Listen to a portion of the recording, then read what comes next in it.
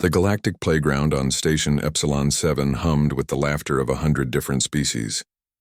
Empress Vexthara, supreme ruler of the Draconian Empire, watched her daughter Akeem from beneath a holographic disguise that masked her imperial scales and reduced her towering frame to something more manageable.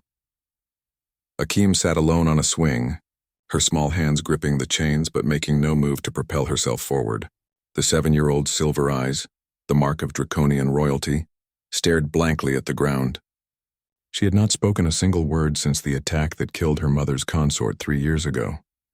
Every physician, every telepath, every healer in the Empire had examined her. Physically, there was nothing wrong. Emotionally, Akeem had simply retreated into silence. Vexithara's heart ached with a pain no battlefield had ever inflicted upon her. She had conquered 17 systems, brought entire civilizations to their knees with a word, but she could not reach her own daughter. "Excuse me, is anyone using this swing?" The voice belonged to a human male, tall and lean with kind brown eyes. He held the hand of a young boy, perhaps 8 years old, with messy dark hair and an enthusiastic grin.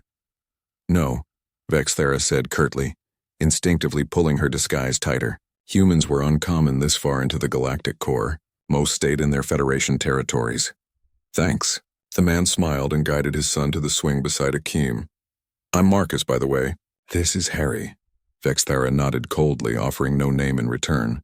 The human seemed undeterred. Harry immediately began swinging, pumping his legs with abandon. "This is awesome, Dad.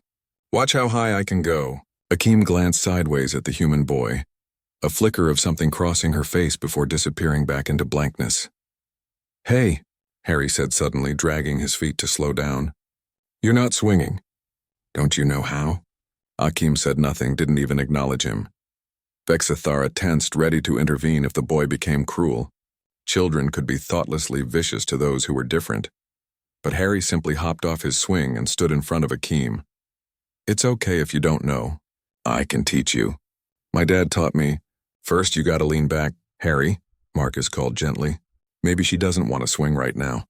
"But Dad, everyone wants to swing." "It's the best." Harry turned back to Akeem. "Right?"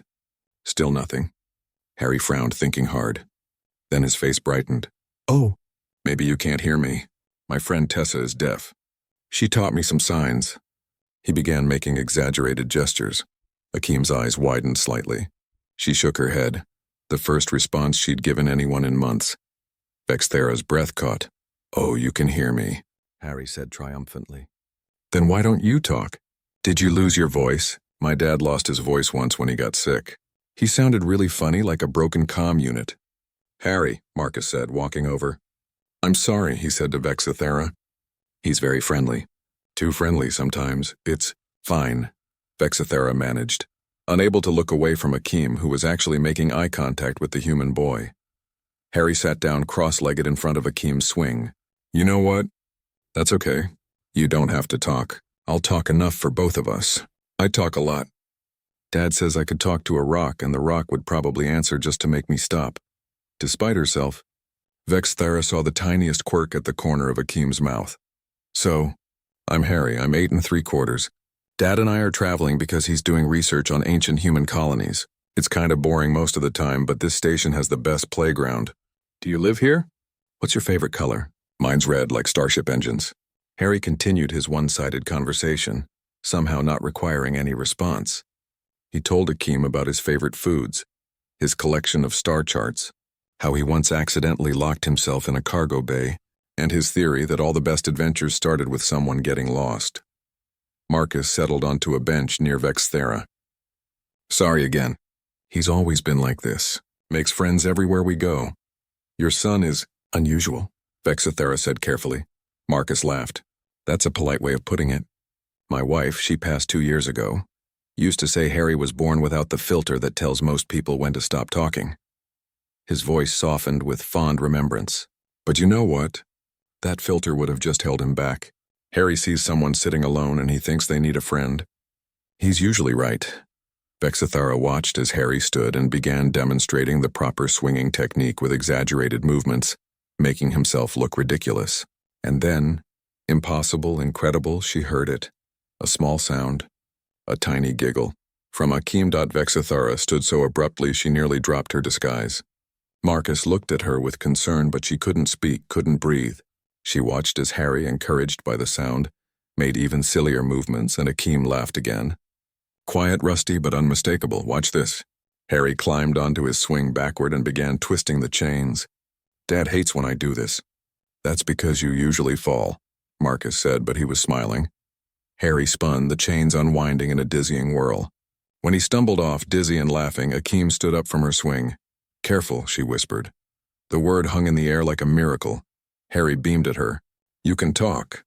That's great. Hey, do you want to try? I'll help you. Akim looked at her mother. Those silver eyes uncertain but alive in a way they hadn't been for 3 years. Vexithara nodded, tears streaming down her face beneath her disguise. Okay, Akim said softly. As Harry took Akim's hand to show her the spinning swing trick, Marcus leaned toward Vexithara. First time she's spoken in a while? Vexithara could only nod. Harry has that effect on people, Marcus said quietly. My son almost never met a stranger. After my wife died, he helped me remember how to speak again, too. Not with words, I could always talk, but with everything that matters underneath the words. Kids like Harry, they remind us that sometimes connection doesn't need permission or perfection. It just needs presence.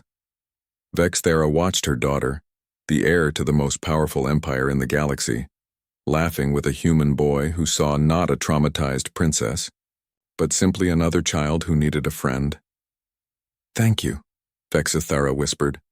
Marcus shook his head. Don't thank me. Thank Harry. And thank yourself for bringing her here, for giving her the chance to be found. Across the playground, Akim was speaking in full sentences now, her voice growing stronger with each word. Harry listened with the same enthusiasm he brought to speaking, proving that sometimes the greatest gift wasn't filling silence, but making silence feel safe enough to break. In that moment, Empress Vexithara understood something no conquest had taught her. Humanity's true strength wasn't in their weapons or their ships.